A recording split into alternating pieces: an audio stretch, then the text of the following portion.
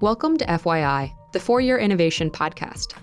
This show offers an intellectual discussion on technologically enabled disruption, because investing in innovation starts with understanding it. To learn more, visit arc-invest.com.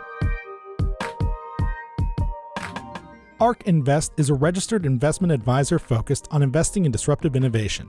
This podcast is for informational purposes only and should not be relied upon as a basis for investment decisions. It does not constitute, either explicitly or implicitly, any provision of services or products by ARK. All statements made regarding companies or securities are strictly beliefs and points of view held by ARK or podcast guests, and are not endorsements or recommendations by ARK to buy, sell, or hold any security. Clients of ARK Investment Management may maintain positions in the securities discussed in this podcast.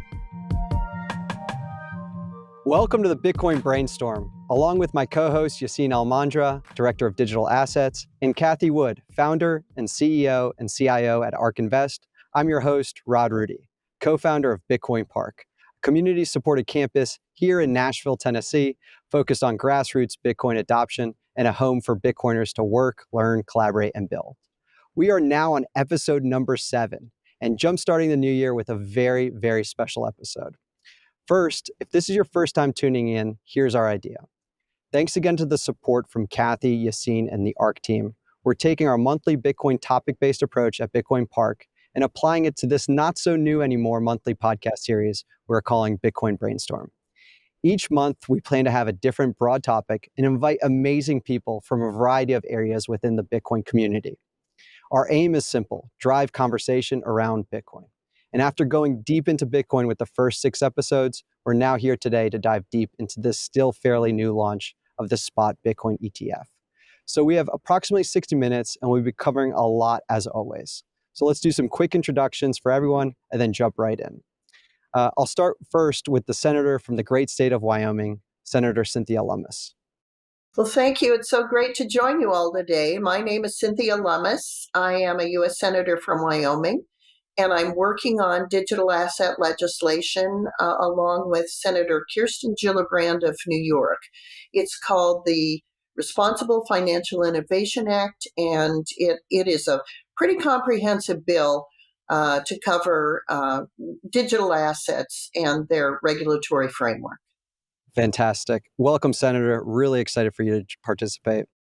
Also, Perianne Boring with the Chamber of Digital Commerce. Hey, Rod, it's great to be here. I'm Perianne Boring, Chamber of Digital Commerce. We're a trade association that's advocating for the acceptance and use of Bitcoin and digital assets across the country. Our job is very simple. We're here to meet more people like Senator Lummis. We need advocates serving in office that can help pave the way for the United States to lead in the development and the use of this technology. And that's exactly what we're doing here on the ground in Washington, D.C. Absolutely love it. Thank you so much for joining us. And also joining us is Eric Balchunas with Bloomberg. Great to be here. Thank you for having me. And I lead a team of 10 people across the world that do ETF research. And I've been obsessed, it's probably an understatement, of the Bitcoin ETF race, and still am. It's one of the most fascinating stories that I've ever seen in my 20 years covering this. That's awesome. That's awesome. And Alex Thorn with Galaxy Digital. Yeah. Hey, Rod. Thanks for having me. Alex Thorn. I run research at Galaxy Digital. We're a large financial services company operating in the digital asset space with global markets, asset management, digital infrastructure solutions. And we're very proud to have recently launched a Bitcoin ETF with Invesco. Well done, man. Appreciate you being here. And Ophelia Snyder, co-founder of 21 Shares. Thank you so much. This is a really interesting group of people. So 21 Shares is the largest pure play issuer of crypto ETFs in the world. We've been doing this for about 5 years, run 46 products across multiple jurisdictions, and have been doing this for quite some time. And we're ARK's partner in bringing ARKB, our Bitcoin ETF, to market. Congratulations, Ophelia. And again, thanks for joining us. And as always, Cathie Wood, founder, CEO, and CIO at ARK Invest. Welcome back, Cathie. Thank you so much, Rod. I think I know where to jumpstart this conversation. I believe we mentioned on the last episode, but I wanted to bring it back up to you, Cathie. As the first public fund manager to gain exposure in Bitcoin, and I think it was back in 2015, what does this all mean for the evolution of Bitcoin as an asset class? Well, it's pretty momentous. I'll just give you a little story from back in 2015 to give you a sense of how far we've come. And Eric will know, the journalist, when we first put GBTC in our funds in 2015, Bitcoin was $250. And we were very new. We had just started the company the year before. And what was the response we got? The response we got from a very well-known journalist in the ETF space, whom I will not name here, Eric, and it wasn't Eric, was right, newbie, what a marketing gimmick this is, and just had no conceptualization. And I thought, instead of feeling badly about it, I said, this is great. They have no idea what's going to happen. And I must say, here we are now. And as Eric says, we now have the same journalists obsessed about a Bitcoin ETF and all the nuances and the competition, Davids against Goliaths. And it's just such a delightful story. But along the way, as we're all out there, we're telling the story of Bitcoin, its history, and where we think it's going. We do believe this is a public good, and that Bitcoin represents the global digital financial highway out there. It is a public good. It's a superhighway. And it also represents a new asset class. And so we're educating the world about this, all of us. It's a great thing while the competition it's fun, it's intense and everything, it's important that we get this message out. What is this? A new asset class. And investors, you may not like it, but you better have an informed dislike, because you're going to get questions about this new asset class. I think we've come a long way in a very short period of time. It feels like a short period of time, but thank God for Senator Lummis and Senator Gillibrand and all of those who are trying to help us attain regulatory clarity, because the U.S. is way behind. And this innovation has been leaving our shores, and it's very distressing as investors in disruptive innovation to see the U.S. not number one and not on its game, because all this is the layer of the internet that developers in early 90s forgot to build in. We never knew that commerce and financial services would take place. So, Senator, thank you for really opening the eyes of so many people whose eyes were just absolutely closed. But your stature and your credibility are adding to the movement. And this is a global movement, and it's going to transform the world. And as we always say, when it comes to disruptive innovation, make it a better place. Well, thank you, Cathie. But I have to say, you too have added to that sort of hardening of the fundamentals. I've seen you on networks, on Bloomberg, on Fox Business, on CNBC, helping explain to people what the elements of this asset are and why it has the indicia of money that makes it something that is a store of value and eventually will become a means of exchange. So your voice has been critical. Perianne, your voice has been critical. The discussion about this to help normalize it and make people realize that Bitcoin is here to stay. Bitcoin is durable. It is fungible. It has the elements of money, in some ways superior to fiat money. And so now that there's more discussion about that, it just makes this a more durable asset going forward. And then it punctuates it when traditional investment firms, led by you, Cathie, are getting in that ETF space. Thank you, Senator. I think you bring up a great point, Senator, just around broader normalization of Bitcoin. I think Bitcoin for so long has been this weird magic internet money that no one has really wanted to touch. And I think part of that has been just a lack of clarity around how to perhaps gain exposure, how it integrates with the traditional financial system, how it fits within the broader regulatory framework. So there are, I guess, lots of threads that we can take here. Maybe we can start with just perhaps the implication of a Bitcoin ETF as a bridge between the traditional financial world and innovation and financial innovation. I'd love to maybe get Eric's thoughts here on what this means to have now an ETF wrapper in what was for so long an asset that people were extremely highly skeptical of. As that bridge. And then maybe we can go into what that means for just broader regulation. Yeah, sure. So I am through and through an ETF person. When I discovered ETFs in 2006, I was like, they got my heart. I was like, this is going to be like the MP3 was to music. It's going to just completely change investing. And it did. So the Bitcoin and the ETF were all two disruptive things that actually kind of got together. Took 11 years, but it is a really interesting marriage. And I use the phrase bridge a lot because ETFs have built up 30 years of trust with financial advisors and older investors, Vanguard, BlackRock, ARK. Like these are really Invesco. These are big company brand names, Fidelity's in there. These are trusted. So it's not just that the SEC approved them. It's the companies involved have built up trust. They tend to be low cost. They tend to be tax efficient. You can get them anywhere in exchange. They have several advantages. And so they really standardize everything. Everything now you can trade like an equity. Oil futures, disruptive innovation stocks, junk bonds, and now Bitcoin. So standardizing something that was a pain in the butt to have to go get on your own and making it easy as just clicking a button on your brokerage account, I cannot overstate how massive that is. People love convenience.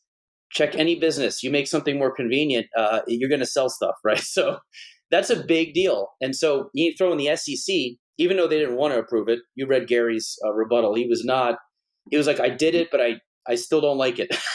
But most people are not going to read that. They're going to go, well, the SEC approved it. The ETFs are out. They show up on my brokerage account. That's a big deal. So I think financial advisors manage upwards of $30 trillion.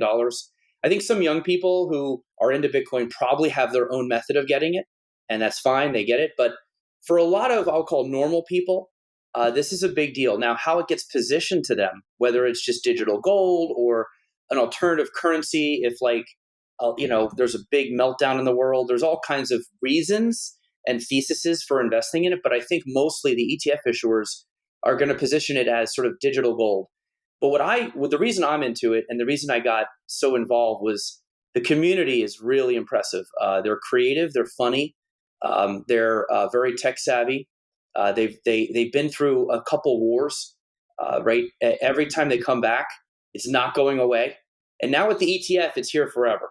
It's sort of made it forever, and we're just like in the first moments of this gigantic collision between many worlds, both culturally, generationally, and the TradFi and DeFi worlds, of course.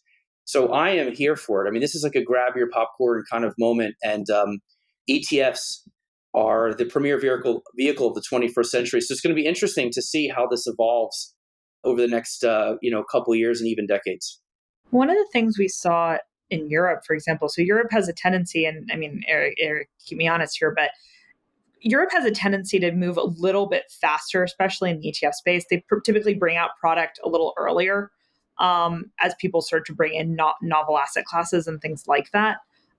And they've been a little, in some respects, and interestingly quicker around crypto regulations with things like MiCA. one of the things that we've seen over the last few years, so we've been running products like this for about 5 years in that market. And one of the fascinating things is that it took years to go from people asking like, hey, are you sure this is legal? When we would go and, offer this for the first time, and they treated it like we had either, securitized some sort of illegal drug, or we were trying to sell them kryptonite. And they came around to it, but it took quite a bit of time. And what's been interesting is in the US market, you're actually seeing that on hyperdrive.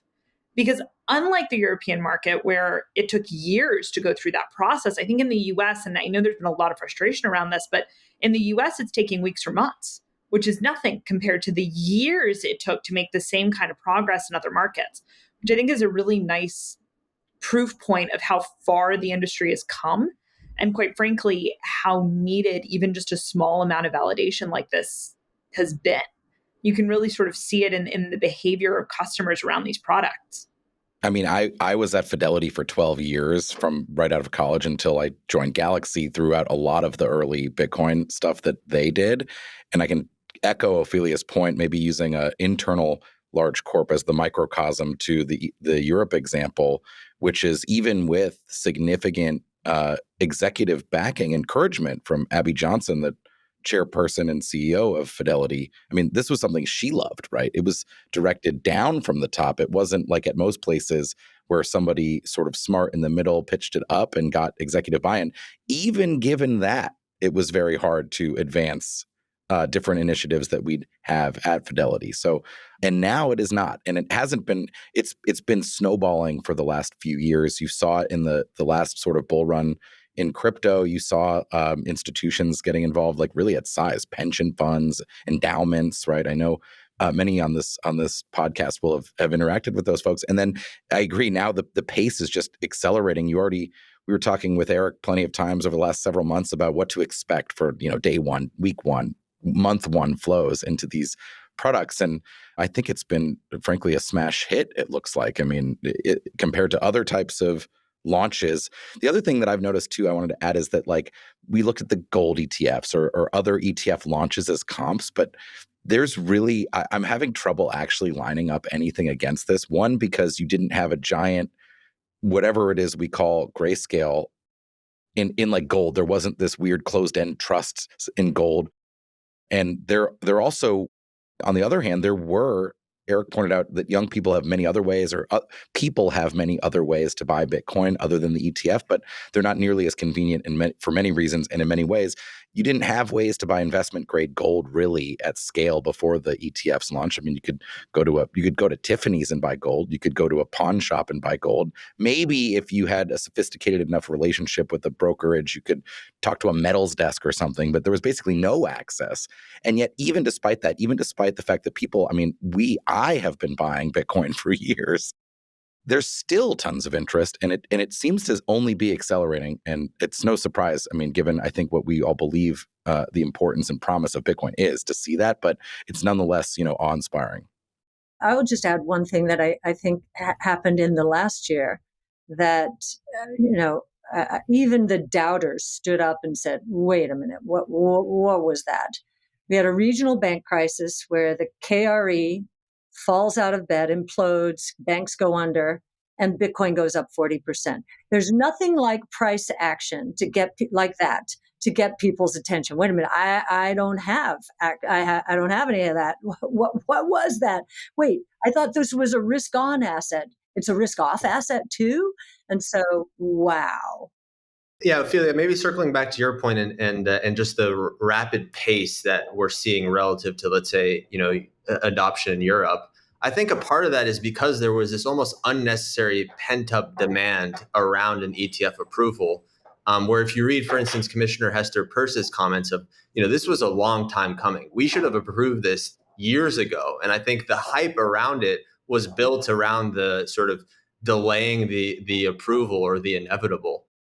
I wonder now that the cat is out of the bag, now that, to Eric, what you said, like Bitcoin is here to stay. Are we going to see, do you think, this is to Perianne and the senator, perhaps some sort of following with regulation, with more clear policy, perhaps some pressure from, governmental agencies to say, the cat's out of the bag here. Let's actually let's actually be a little bit more serious about how we're thinking about this. Does this positively impact policy in your view?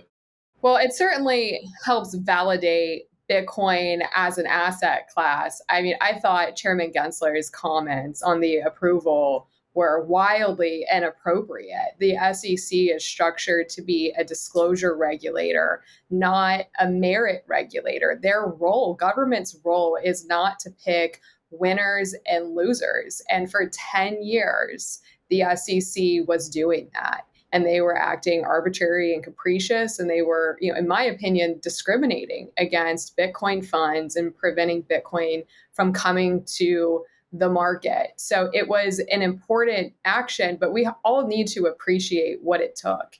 It took the industry suing their regulator, and that's why we're here. You mentioned gold. Let's not forget that gold was completely outlawed from the 30s to the 70s. There was a full-on prohibition of gold by the federal government. And that's actually the conversation we're having in Washington, D.C. today about Bitcoin. There is a very scary conversation that's happening in U.S. Congress. This has really been led by Senator Elizabeth Warren. She's introduced a bill that would effectively ban Bitcoin and cryptocurrencies in the United States. And she has garnered support by almost 20% of the US Senate on this legislative proposal. And again, thank God for Senator Cynthia Lummis, because she's helping countering that conversation. But we are gravely concerned. We are facing an existential threat right now in DC. And it is an election year. And I think it's absolutely critical that the people of our community participate in the political process and voice their opinion on this technology and our right to exist. Because if we don't, we have everything to lose as a community. So, Perianne, the grayscale lawsuit that then brought about, I believe, a 3-2 decision at the SEC that finally resulted in approval of the ETFs has a shot in the arm for Senator Gillibrand and for me. Because when you have longstanding, well-known, traditional asset managers offering ETFs, it helps validate the whole concept and validity of Bitcoin as an asset and as an asset class. And so now you have people who want to have a diversified asset allocation, things that throw off short-term cash, and things that are a long-term store of value, and everything in between. They want them all in their portfolios, especially institutional investors that are trying to balance all of these goals for an asset. So whether it's a retirement fund or an endowment fund, whatever model you're using, you want to have exposure to that full spectrum. So Bitcoin brings in that store of value function and even allows institutional investment firms to invest in it. So you can expose those same diversifiers to individual investors. And individuals, because as was mentioned earlier, they're so familiar with the ETF format, it finally made it easy and convenient, Eric, for them to get into Bitcoin in that manner. They don't have to have a son-in-law and a daughter like I do helping them do it, because people my age, baby boomers, are not tech savvy like people all your ages are. And so we kind of need those more traditional opportunities to gain access to these assets, even after we understand that this is something that could augment the diversity of my either personal investment portfolio or a professionally managed investment portfolio. So it's just been really good for embedding Bitcoin into the everyday lexicon of investors. Now, why is that good from a policy-making point? So Perianne just explained, we've got this headwind in the Senate that is led by Elizabeth Warren. But we can help counter it by the fact that long-term, well understood financial firms are using this in an exchange-traded fund format. So maybe it really is okay. Maybe it's not the devil incarnate. And maybe Senator Gillibrand and Lummis are right to want to give the Commodity Futures Trading Commission authority to have regulatory oversight over the custody of these assets, because obviously these people that are buying these assets in an EFT are not self-custodying. So it actually helps us. Okay, what committees have jurisdiction over the Commodity Futures Trading Commission? It's the ag committees. So where are we in the 5-year farm bill? We've got until September 30th to pass a 5-year farm bill. Who's the chairman of the House Ag Committee? G.T. Thompson. He is actually involved in a positive way of trying to assimilate Bitcoin into the regulatory framework at the CFTC. And we have folks in the Senate on the Ag Committee. Kirsten Gillibrand is on the Ag Committee, also working to that end.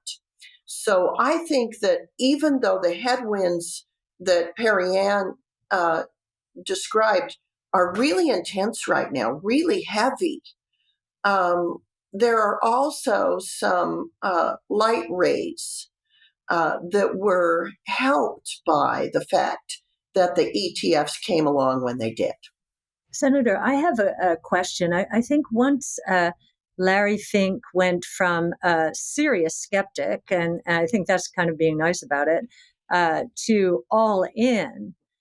He's a Democrat. I noticed, now maybe I'm not listening to the right newscast and all of that, but I noticed that Senator Warren kind of wasn't in the limelight as much, wasn't as being as vocal. But you're suggesting that that's wrong, that in your world, in the legislative world, she and that movement is pretty intense still, or increased in intensity because of the ETFs. And the second question I have is more election year. For some people, many young people, this is an election year issue, and they are single issue voters. So I thought that's why she was kind of pulling back, saying, "Oh, I'm hearing from too many young people that I'm out of step." But so maybe if you could talk about those two topics. Yeah, and I'd like to hear Perianne weigh in on this too. What I see as a Republican counterpart to Senator Gillibrand on our bill is Elizabeth Warren having outsized influence on the chairman of the Banking Committee, Sherrod Brown. Then when Sam Bankman-Fried had been in to visit and gain the confidence of a lot of members of the Senate, and then he turned out to be a fraudulent player, that really set back the dialogue in the U.S. Senate and gave legs to the arguments of people like Elizabeth Warren. So now you juxtapose where we were after FTX spectacularly failed, and now where we are with firms like Invesco and Fidelity and BlackRock articulating a very positive view of having Bitcoin as part of a diversified asset allocation. Hopefully, what that does is bring people out of complacency or reticence that happened post FTX, and it brings them back into a mode where they're willing to listen to a Larry Fink and other investment firms that have ETFs that have been approved and can come around and talk to senators about it. Yeah, Senator, and before Perianne, just what was very interesting around FTX was being able to draw a contrast between Bitcoin and FTX. FTX, completely centralized, completely opaque, completely fraudulent. Lots of counterparty risk there, right? And then Cathie, when they went into bankruptcy receivership or whatever you call it, they didn't hold any Bitcoin. Right. Or he didn't like Bitcoin. He didn't like Bitcoin, we think, because, of course, he was the master of the universe and he couldn't control it. Well, and I wonder sometimes whether that's part of the bias here against Bitcoin. It is completely decentralized, which means no one in the federal government can control it. And there are a lot of people in government who believe that something that government can't control is bad. And, I see something that government can't control as among the most freeing things that could ever happen to a human being. They cannot be controlled by government. They cannot have their bank accounts manipulated. They cannot invest in a Canadian trucker's cause and have their bank account frozen. It gives them such freedom as a person.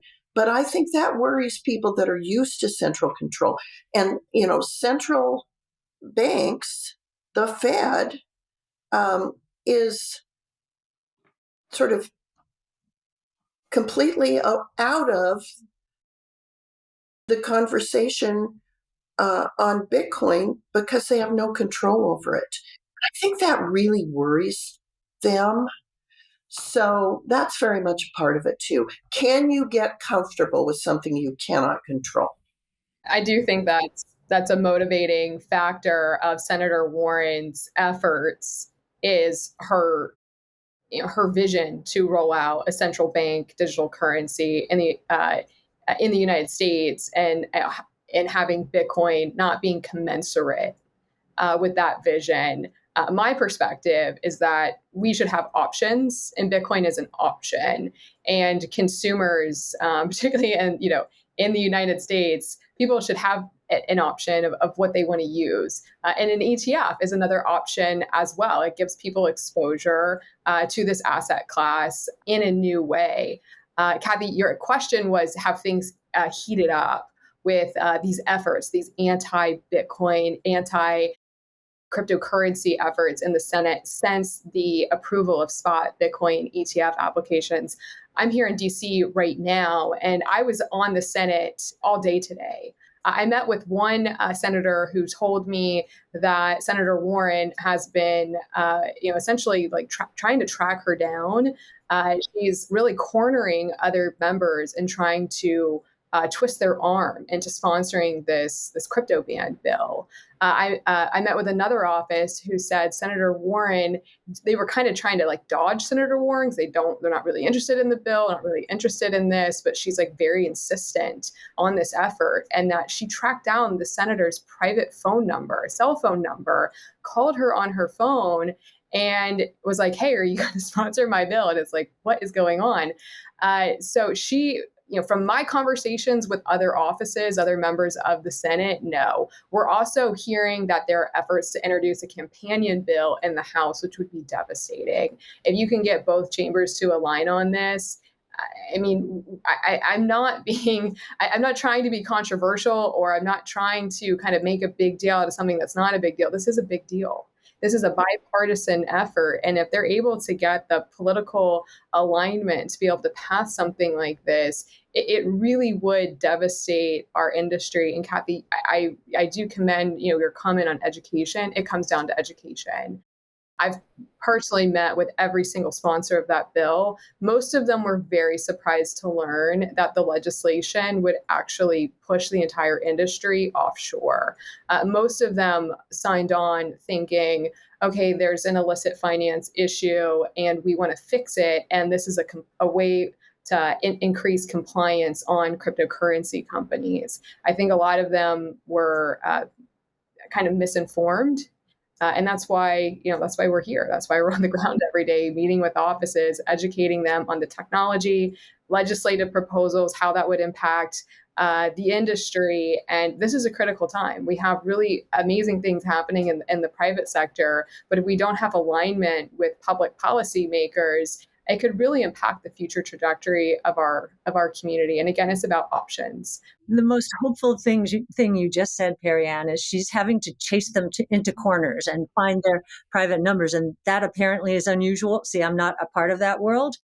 That's good news. I think that she's having such trouble, but I'm not there. So yeah, please keep up your good work and keep us focused on this. Could I offer some other good news just also in a contrast here? Because, Senators Lummis and Gillibrand introduced their legislation after some spectacular blowups had occurred. It's a very positive. It would actually help protect consumers. It looks to both foster innovation while helping stop the types of things we saw happen.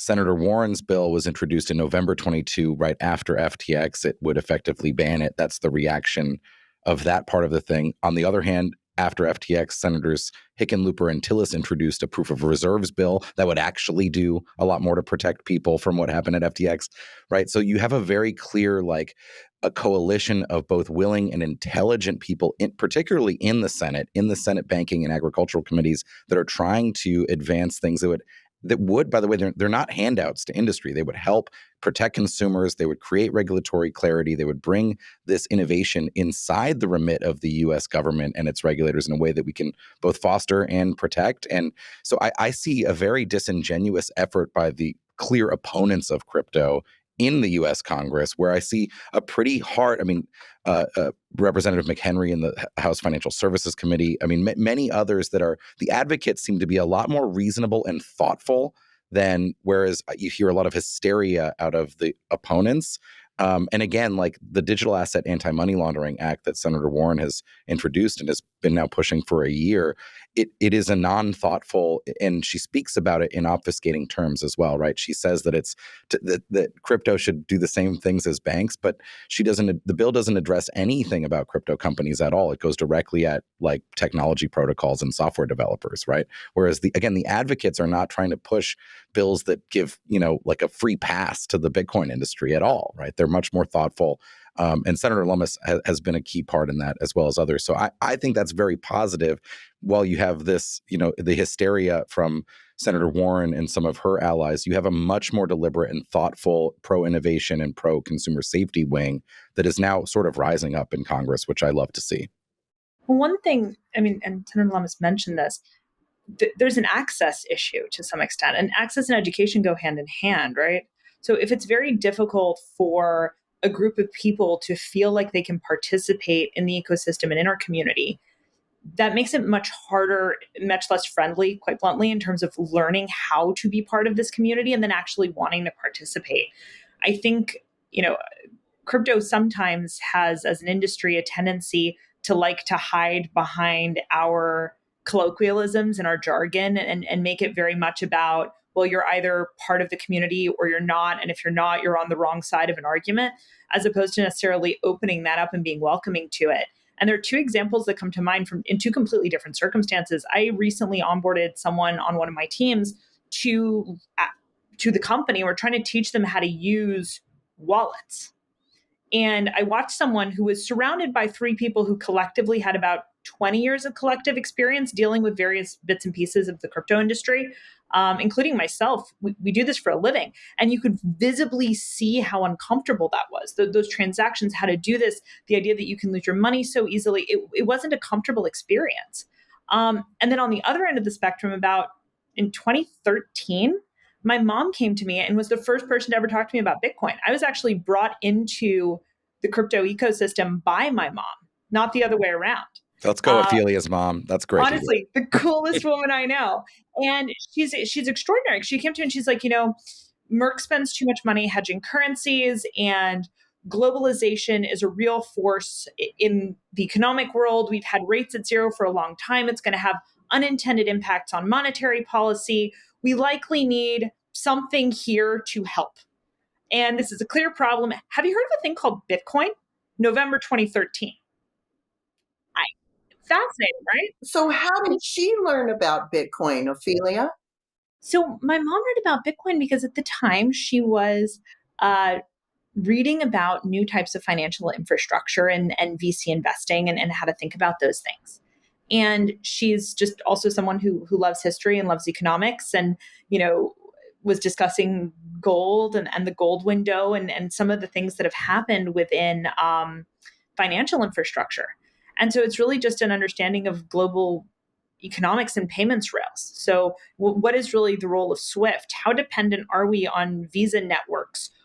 What does this mean in terms of a world where we've benefited tremendously over the last couple of decades, actually, from what essentially amounts to a Pax Americana, right? A form of a globalized peace. And we've had a very long stretch of that essentially since the end of the Cold War with little flare-ups here and there. But you really did have this era of increased globalization, increased international cooperation, more open borders, the development of things like the Euro bloc, like a movement towards a globalized world. But that's not a historically consistent thing. Those periods come and go, and dust ups around more intense periods of geopolitical either jockeying or questioning of sort of what that status quo looks like is pretty normal on a historical time period. And so if you study history and you love history, which actually both me and my mom do, it's very obvious that these periods, they come and go and they have a cadence. And so I think that's actually how she got into it, although I need to actually ask her how she came to it, because she just started talking to me about it one day and I was quite surprised. But the craziest thing is she actually didn't feel like she could participate, which is the most interesting piece. Because for her, self-custody, trading of a bearer asset on a platform she's never heard of, which has virtually no transparency. Not anything bad against the companies that were operating at the time. A bunch of them have turned out to be great, but there's just no ability to know that. And if you're used to existing in a world where you have that transparency, or at least you feel like you do in the context of, the way banking systems work and you have trusted advisors and you operate inside of that system, it's really not welcoming to then have to say, hey, wait a second, you're going to do this. And I think that actually translates from a policy perspective. Because part of the issue is if you can't welcome people, it doesn't have a use case for them. It's not real in their world in any material way. There's no reason to learn anything about this. It exists completely abstracted from day-to-day life. I think central bank digital currencies to some extent are more accessible because it's sort of like saying, nobody really perceives much of a difference between a dollar bill, a dollar on a gift card, or a dollar in your bank account. And it feels like an extension of that as opposed to a new system that actually feels like a departure. And that's really interesting because I think without that access and without welcoming people into the community, making that leap is different. A CBDC is not new. It's just a new way of producing dollars, which you may have other features. I'm not a huge fan of them because I genuinely don't see how it changes anything. It's not different than my Visa card. And I think that's an interesting dynamic. And I think it's translating to policy. Yeah, as a community, I think we can definitely do better in our messaging. Why do we need Bitcoin? And I think where we are today, particularly with my generation, millennials, so many people feel like the American dream is just not attainable anymore. So many people are putting off getting married, having a family. They are still paying off student loan debts. They don't think buying a house is possible. It's completely outside of their ability today. They're struggling financially month to month, living paycheck to paycheck, having just to buy groceries. People are, my friends, my age they're not going on vacations anymore because they just can't afford it. And you have to sit back and think, well, what happened? Why is this happening? And it's, inflation is something that we all feel. And Bitcoin is a tool. And why would we want to take that tool off the table today when people actually need it? So I'd love to ask Eric, as you're hearing about people, the funds flowing into Bitcoin, do you think the education around the launch of the ETFs really got people over the hump? Or do you think they had been waiting, saying, I'm not going to go through all of that friction-filled process. I'm going to wait for an ETF. Why do you think the flows have been so strong so early. One thing underrated in the Bitcoin approval was the competition factor. There's never been a time in ETF history where 11 ETFs launched on the same day that did the same thing. There's never been 2, let alone 11. So if you're an issuer and you're ARK, you look to your right, it's BlackRock. You look to your left, it's Fidelity. Well, you're gonna hustle. And so I think the hustle factor was strong. And so a lot of people lined up clients. They were like, we don't want to be last. We want to look like we're successful because volume and assets are the greatest marketing for an ETF. So if you can get something going, because advisors don't want to go someplace, like they don't want to go to an ETF that has nothing. They want to look like a party's going on and there's people there. Okay, it must be safe. I'll go. So volume is crucial. And all of them pretty much minus 1 or 2 have really good volume assets. That's all very healthy already. And I think that they have double what they would have had if there was only 1 or 2 launching. The competition created so much hustle. The other thing I think is there was probably some older investors amongst the advisors who were waiting for something like this. They were waiting for the SEC's, approval, direct or indirect, and they were waiting for something that felt comfortable to them. Because we had Doug Bonaparte on our podcast last week. He's a classic. He's like maybe a 38-year-old advisor. His younger clients already got Bitcoin, like how they wanted it. The older ones, though, were the ones he's fielding calls on now, and he's working with them and educating them. And I asked him, whether he was into the whole, again, how do you position this? Is this a currency that people are going to use after society collapses? Or is it like digital gold? And because if you go on crypto Twitter, there's definitely some that have the former theory. This is a hedge against everything going to hell. And I get that. I call it the Mad Max hedge, just in case we go into this post-apocalyptic look and whoever has Bitcoin is actually able to buy and sell stuff. Nobody's going to talk about that. He talks more about digital gold and the idea, again, that this is an industry that's very smart. But I think the people who this will appeal to down the road are going to just be people who are just too busy. Everybody has brought up here that it's just a painful task to go find even Coinbase. That's expensive too. So whether it's expensive or just hard to do, I think the ETFs will draw from all the people who found it too costly, or again, the wallet thing, remembering 12 words for the rest of your life. I try to tell the crypto people, they're like, that's not a big deal. I'm like, I can't remember my Amazon password. I literally have to go and get a new one. If I go to a device that doesn't have it, I don't remember it. So this ETF is awesome. You outsource all of that, yet you get to participate. So in terms of regulation, I think the ETF will help popularize and get more people with a vested interest, who then will see an article on and go, oh, yeah, actually own some. I should read this. So I think it's probably the ETF is going to do a lot of introducing of this, especially to people older than 35. I'm Gen X, and I would never do a wallet. I can't be bothered. And I can't say I'm that into it. I'm more of an ETF evangelist than I am a Bitcoin evangelist, but I would totally be willing to be an ETF in my portfolio. So I think that's who's going to really get into it.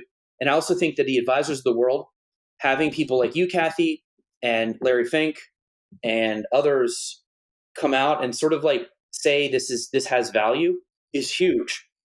It gives them a lot of cover, right, to be able to talk to clients about it. So again, this is the first couple steps of a marathon. And some of the crypto people are one quick thing on what Perianne said about I do tell the crypto people, look, be careful going all in on this. Stocks and bonds are really great. Stocks have cash flow, dividends. People wake up every day and create value at corporations. That is passed on to you in earnings growth and cash flow. The money works for you. Same with bonds. There's a coupon. I just think, so I'm in this sort of diplomatic position here where I'm trying to sort of explain that 60-40 portfolios are actually really cool to the crypto people. And then I'm telling the 60-40 older people, this is really much more interesting than you think. And I feel like we're at the beginning of maybe them understanding each other a little bit. But to Perry's point, I would not go all in on Bitcoin for my retirement or with my investments. I really would still add a lot of 60-40 in there because you want that money working for you and compounding over time. So that's where I will say there is probably a disconnect. An older person will use this as a little hot sauce and otherwise dull 60-40. A younger person might use it in a bigger sense, what Perianne's talking about in terms of this is a really important investment for me. I feel like the money supply and all that stuff is weaker, but I would be skeptical of anyone. If someone came to me in my personal life and said, I'm actually selling everything and just buying Bitcoin, I'd be like, I don't give advice, but I'd be careful. And I would explain the value of stocks and bonds. But I've wondered with you, because we've been talking about Bitcoin since ARK put it in its active equity funds. And there was so much skepticism early on. But I do sense, and I'd love to know from you, you have grown much more interested in it, I think. You were kind of holding back and just what is this? But I think what you just said about all 11 going, all educating, all hustling, has increased your confidence from what I'm seeing. yes, I would say that, again, my main cheerleading of the Bitcoin ETF was that I know ETFs give people the best possible deal. And the other things on the market were not ideal. GBTC was a flawed closed-end fund.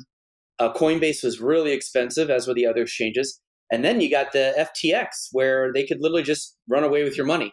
So an ETF, I thought, would be a safe, cheap, easy access point, and that's what I was more bullish on. That said, honestly, it's the people that has convinced me the most, and the memes. They're just fun. They're going from like Bloomberg and like then going into crypto Twitter. It's fun. They're passionate. They're smart. There's something about it. It feels like a scene. Like when I was in college, you'd go and there'd be a scene with certain bands, and it was fun, and you got into it. And so that to me has been one of the bigger things, because at the end of the day, I still don't totally understand it completely, nor do I think it will be like the predominant currency or anything. But it's the people that has me so inspired. So it'd be like me looking at a company that I understand the product they make, but I've met the people who work there, and I'm like, I kind of dig them. And that's sort of where I am on this. But more so, I just feel like now people have, the investors have the best possible entry point to this thing via the ETFs and the competition they bring. What you're describing is normalization, right? It's the idea that you can be both. And there will be people who are all in on this industry, who are the developers, who are potentially holding a significant proportion or even a majority of their assets in this industry. It's a lot more similar to what you might have seen with broader tech over the last 20 years, where people did have either a very significant or virtually all of their net worth tied up in a single sector, or highly concentrated from that perspective.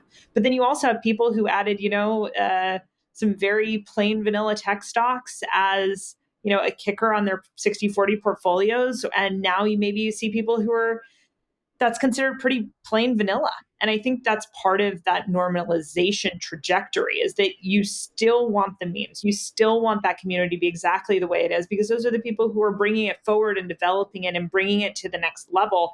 But at the same time, for most people, you're probably looking at, the research is fairly consistent that mid single digits percent from a portfolio allocation perspective is where most people are going to get the majority of those benefits. That may be on the high side for some people, but depending on what their personal risk tolerance is, like putting aside, actually portfolio construction theory. But that's where I think a lot of the world is going to shake out medium term. That trend is towards normalization. I think that's ultimately a good thing, because you actually want both. Just real quick, and because I love this, Eric, you mentioned this even earlier, but you're talking so much about the culture clash, right? And going and meeting the community versus understanding it. And I just want to add to this, which I think we all know quite a lot about, but there's also the people that use the Bitcoin network. The obvious trade-off with the ETF is that you can't send me Bitcoin, Eric, from the ARKB or the BTCO or the IBIT vehicle, right? All you can do is get exposure to the price of Bitcoin. But there are people all around the world that use Bitcoin regularly for a variety of commercial or humanitarian reasons. I was at a great event at Bitcoin Park in Nashville in September, I think maybe it was think it was September, that was sponsored by the Human Rights Foundation, which teaches and trains advocates and political prisoners and refugees and from all around the world on how to use tools like Bitcoin, not just Bitcoin, but like Bitcoin and Bitcoin to conduct their otherwise legal operations that may not be allowed, right, under their regime. We saw this done all over the world. So people are, and of course you see it in Latin America. You saw it in Canada during those protests last year when bank accounts were shut down, again, totally lawful financial activity. So that we know that. I know that and that is increasing. What's so shocking and interesting is that a tool that is so powerful from a human rights standpoint also has this incredible investment narrative and growth narrative, which of course it does have, and that you have this sort of these two stories together, which are both, I frankly quite different and also complementary. It feels I'm sort of getting that same vibe on this clash, Eric. Yeah, I would like to address a little bit of an elephant in the room that maybe those of us who work in the market day to day, and I know that Senator Lummis and Perianne will have something to say about this, but when Chairman Jay Powell speaks, he moves markets. I mean, he says one word in a different tone, and the markets, they start up, and then later on, and this happened today, and then later on in the conversation, he says something, oh, no, markets really capitulate. And it's just like one person or that group of people should not be this powerful, just shouldn't. There's something really wrong with that. Yeah, you are spot on, Cathie. I have a friend, we've talked about him. His name is Parker Lewis. He recently wrote a book called Gradually Yet Suddenly. And among the things that Parker did is he went back and looked at the minutes of Fed meetings that are non-disclosed. You can't look at them for a period of years. And then they're released for public consumption. So Parker went back and read them and then tried to figure out how accurate they were when they were making decisions. Once those decisions played out, did they get it right? And I think he found out that it was sort of a 50-50 proposition. Sometimes they got it right and sometimes they didn't get it right. Which is to say, Cathie, you and I could sit down and make those decisions, and half the time we'd be right and half the time we'd be wrong. So why should any small group of people be in a position to make those decisions and have that ability to move markets and whip around economies? Oh, totally. Whole economies. So I think that helps make your argument. I really do want, to put in a plug for Gradually Yet Suddenly. If you haven't read it. Parker was on our last month's Bitcoin Brainstorm, and we good. Oh, good. He's super impressive. For sure. I mean, I think it goes, Senator, your comments go back to what you said around how liberating it is to eliminate that human decision maker. That's exactly what this suggests, is that you want to eliminate a human because humans are inherently flawed or biased in their decision making. And something like Bitcoin offers exactly that. There's this common thread across everything that every one of you is saying. And I think it does go back to education. I think the idea that Bitcoin is it converges on so many ideas. The difficulty is like, where do you start, right? Is it Bitcoin as a money? Is it Bitcoin as a technology? Is it Bitcoin as a new asset class? And I think part of that is like being able to, have conversations like these that almost bridges the many definitions of Bitcoin, right? The conversation that we were having around Senator Warren, for example, her claims of wanting to ban Bitcoin is a fundamental misunderstanding of Bitcoin as a technology. It's like you can't ban Bitcoin. You can ban yourself from using it, but Bitcoin is an inherently decentralized software that will work with or without your support. So I think that something as simple as just the ability to raise that as a fact, people need to kind of hear that. On the flip side, and I'd love to open this up, is that does all of this actually end up even mattering, right? The pushback and that Elizabeth Warren has is like, does an ETF, now that the cat is really out of the bag, and now that you have so many stakeholders that have a vested interest, that's the beauty of Bitcoin, is that once you understand Bitcoin, you buy Bitcoin. Then once you buy Bitcoin, you tell all your friends to buy Bitcoin. And then once all your friends buy Bitcoin, it's this like never ending virtuous cycle. With something like an ETF, I think to Eric's point, is that now you actually have a wrapper that people are comfortable with. And this is how they get their foot in the door. Because of how ubiquitous of a wrapper an ETF is, my take is that there's almost too much momentum and inertia behind this to reverse course. And so I think it's really only a matter of time before there is almost that submission or surrender to the inevitable.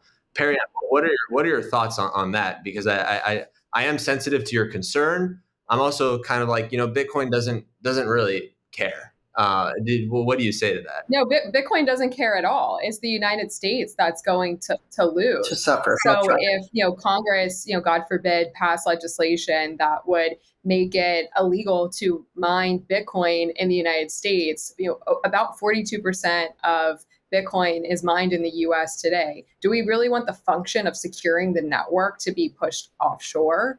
No. But is the infrastructure already so embedded that it becomes irreversible? I'm talking about ETF mining infrastructure. Like, what would it take now to ban ownership of Bitcoin if there is now a Bitcoin ETF that the BlackRocks, the ARKs of the world are fully, supportive of? And you see what happens in the case of going to court, you're going to lose every single time. Is that even feasible? I think you're right. I mean, I think the faster we can get to mainstream adoption, the faster we'll be protected as a community from politics. But I mean, don't forget, in 1933, gold was banned. Everyone had to surrender their gold to the Federal Reserve. I mean, it's inconceivable to think about that, but that really wasn't that long ago. I did want to comment on the question, the investor conversation, and I'm not necessarily advocating to, sell your mortgage and, dump your retirement account and go buy Bitcoin, as tempting as that may seem. But Bitcoin is the best performing asset in the world, and it has been the past 11 out of 15 years. So anyone who did get in the industry early, if they hodled, they've seen real returns. More importantly, has anyone really looked at how Bitcoin ETFs are performing or how they're projected to perform in a traditional portfolio? If you take a traditional 60-40 portfolio and you take 2% of that and you put it in Bitcoin or a Bitcoin ETF, the Sharpe ratio increases. So I think, beyond just, discussing the culture of our community, which is, fascinating and awesome, there is a very straightforward conversation we can have about the numbers. How does it perform? And because this is a non-correlated asset, it performs very well in a traditional portfolio. And I think it's ideal. Because it increases the Sharpe ratio and increases return without increasing volatility or risk substantially. And the more this ETFs become popularized around the investment community, as we have investment advisors starting to learn about these products, analyzing how they perform in their customers' portfolios, and really seeing how the best performing asset in the world is going to perform in traditional portfolios, I think that ultimately is going to be an important part of adoption. And that, again, comes back to education. Yeah, and Yassine and his team are working on an update to paper we wrote in 2020, exactly on what you just said, Perianne. So totally agree on that. Yeah, we also published one like 4 months ago, and Bitwise at Fidel. Many people have. To be clear, we all keep finding the same thing, which is that almost across any time frame. I mean, yeah. I did want to just comment on Yassine's question too about whether Bitcoin doesn't care. I think obviously it's a resilient network. I totally agree with Perianne. You'd end up banning yourself from the network more than banning Bitcoin. But if you care about Bitcoin in America, I really would encourage. I hear this a lot from Bitcoiner friends of mine. Almost a complacency because of how resilient and strong the network is in the face of these legislative attacks. And I do want to encourage people to really believe and realize that you have to play the game that is happening on the field. You can't sort of throw your hands up and say Bitcoin doesn't care, or right, history is written by those who show up. And I see this time and time again with legislation as well, right? Legislating is the art of the compromise. Like we've got to sort of kick the ball from where it lies. And that's, again, just as I mentioned before, Senators Lummis and Gillibrand and Hickenlooper and Tillis and many others have done, I think, great jobs with sensible stuff. And I really hope people will get involved. Again, Damel too, I'm a massive opponent of Elizabeth Warren's bill. I also was accused of raising the alarm about it because what does Bitcoin care about this thing? But I think it's terrible. It'd be terrible for America. But yes, Bitcoin would continue. Sure. To clarify, we care. Bitcoin doesn't care. I think the people care, and they should care. Coinbase cares. It is leading this movement in terms of funding legislation or helping fund those who will advocate for Bitcoin. If the U.S. banned Bitcoin and Bitcoin doesn't care, what does that do, though, to the Jack Mallers of the world that are trying to develop the Lightning Network so it can be used as a very effective payment system?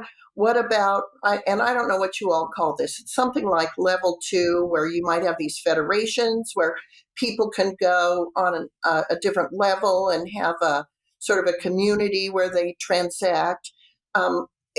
Would banning Bitcoin in the U.S. affect the development of those different levels?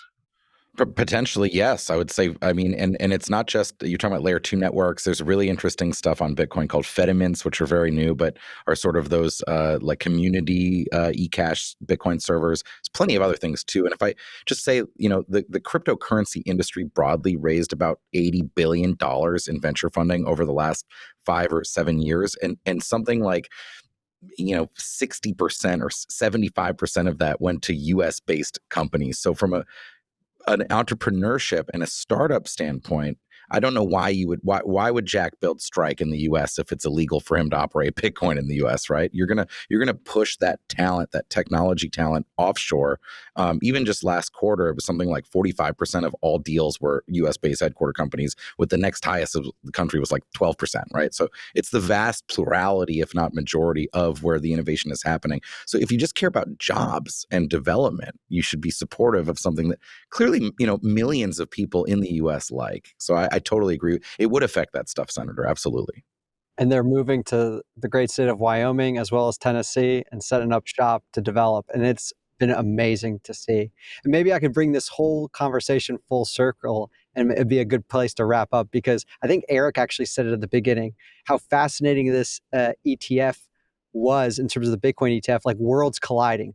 Policymakers, investors, developers, memers, all coming together and just pushing this. Now we have a new product. Some people don't care, like they want to just have their, Bitcoin self-custody, and that's great. Now, my mom now knows that it's a viable asset that, ARK and others, she can go into her brokerage account and buy, and so that's great. And maybe it's to Eric, and kind of where do we go from here? Maybe from a flows perspective, from your point of view, and then I'd love everyone else's point of view. Like, we have the spot ETF now approved. We got some regulatory clarity. We need more, but where do we go from here?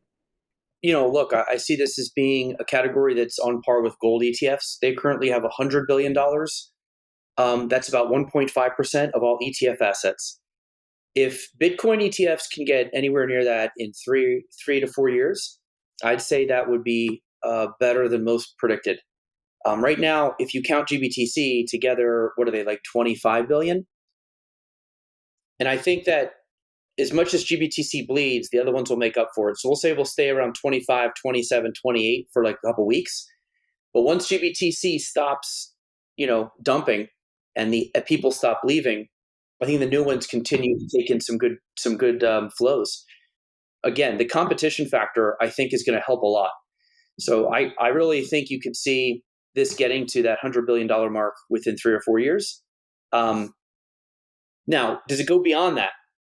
Again, the crypto people are like, well, yeah, because people are going to get so into it, they're going to sell their 60-40 and go. I honestly think, again, this would be a 1 to 2% allocation for most people. And that 100 billion makes it about, again, 1 to 2% of ETF assets. That's where you sort of end up there. And then do we go to an Ether ETF? Probably. And I think it just stops after that for a long time in terms of like actual cryptocurrencies. But what we also will see is the spaghetti cannon, which is the term Ben Johnson has for when an ETF is a hit, the industry throws everything at the wall. So we're going to have leveraged Bitcoin. We're going to have inverse Bitcoin. We're going to have covered call Bitcoin. We're going to go long Bitcoin, short gold. Long Bitcoin, long Tesla, short gold.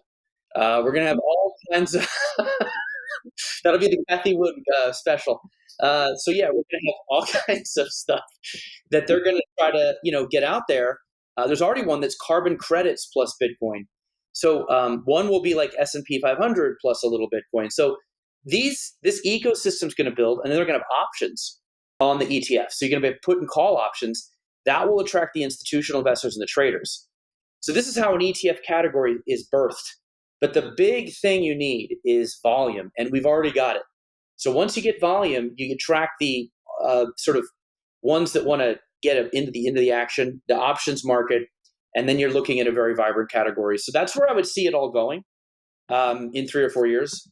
Maybe we have 40 products, including all those other things, and we've got $100 billion, something like that.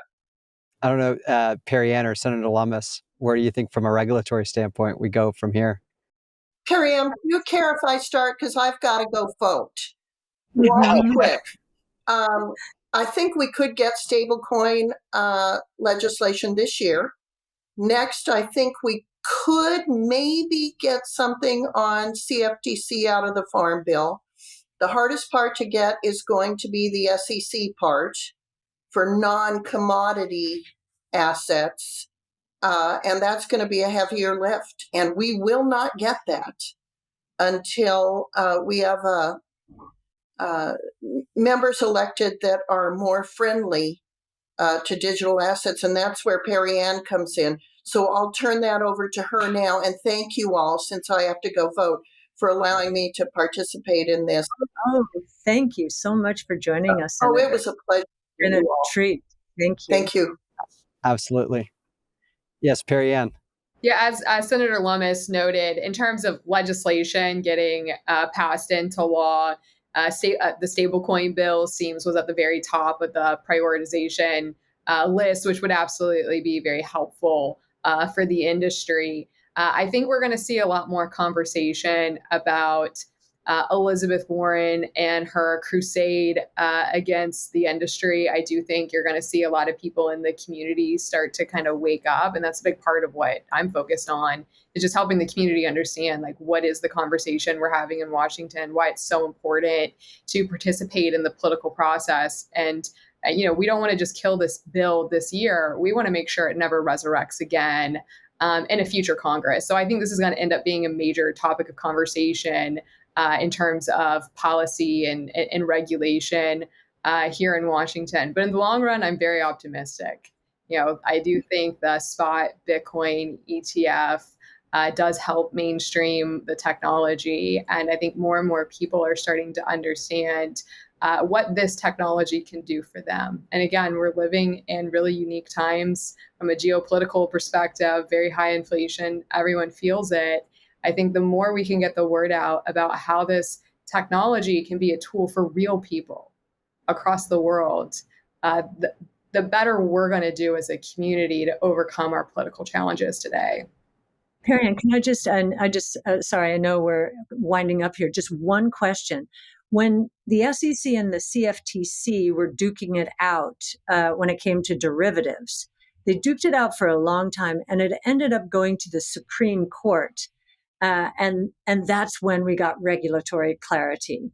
Do you think this is going to have to go to the Supreme Court, given what you're seeing between the SEC and the CFTC? It really does not need to. What we need and where we are in the policymaking process today is Congress needs to pass a market structure bill that clarifies the role of all the different agencies. You mentioned SEC and CFTC, and there's a lot of questions. Where is the line drawn? What cryptocurrencies are going to be regulated over here versus over there? But there's other agencies. There's the tax authority. How do you tax? There's all the AML sanctions, illicit finance rules. So that's FinCEN and OFAC. The Commerce Department is directed to oversee U.S. competitiveness. There's efforts within from a defense perspective. So the entire, defense and national security space. There's a lot of different agencies across the federal government that all have a role in the future of Bitcoin and the blockchain ecosystem. And Congress needs to pass a bill that clarifies that. That is what Senator Lummis and Gillibrand are working on. That's their bill. If we can get that passed into law, or a market structure bill passed into law, that would address a lot of the issues we have today. It doesn't need to go through the Supreme Court. It will take an act of Congress. I used to work in Congress. It's very difficult to get an act of Congress done, but that ultimately would set the United States up to be a welcoming jurisdiction to digital asset businesses. Yeah, great answer. Ophelia. I think if you sum it up in one word, it's normalization. I really mean that. I think it comes in a bunch of different sauces, right? It's what Perianne's talking about. It's figuring out how to take this thing and make it fit within the existing infrastructure. Part of that is legislation and clarifying who's in charge of what. Part of that is access points. So ETFs, very important. Coinbase, very important. DEXs, very important. You need to actually create access points that are appropriate to people and appropriate to their use case. And you need to create as many of them as possible. Because at the end of the day, what you're looking for is mainstream. What you're looking for is welcoming as many people into this community as possible. Because at the end of the day, if everyone's not on this system, it's not going to work. If you want to actually build a new form of finance and a new way of transacting and a new type of reserve currency, you actually need a couple billion people participating, which means that providing that access and providing a welcoming and good feeling way of doing that is critical. And it's going to cover off essentially every facet of financial infrastructure and a good deal of different behavioral patterns. The ETF is really important for that, and that's exciting, especially for institutions or intermediated money, but it's only one avenue.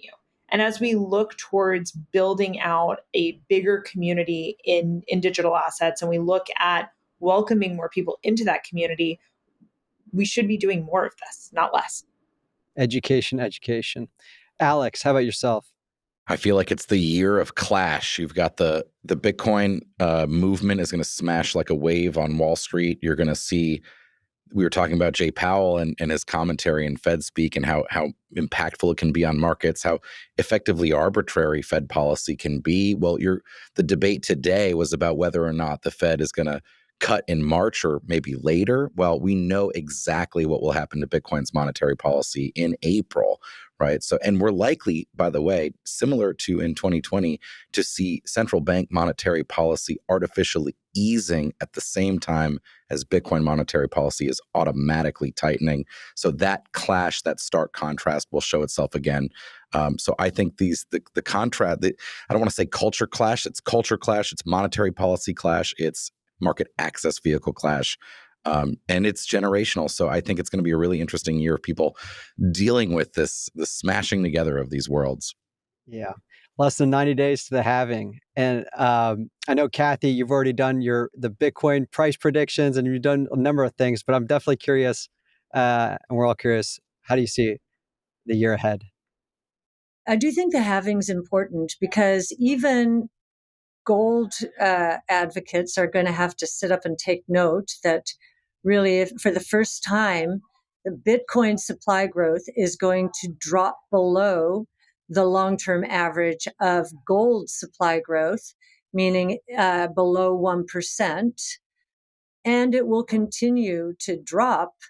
Whereas if Bitcoin's price, if gold's price goes up, the miners will be out there finding more supply. So that's interesting. I do think it's an important moment for Bitcoin.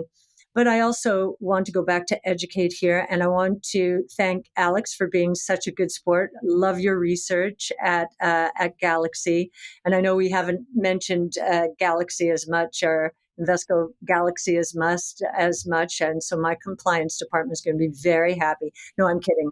I think your research is wonderful. So thank you so much, Cathie. That means a lot. I appreciate yours too, as well, by the way.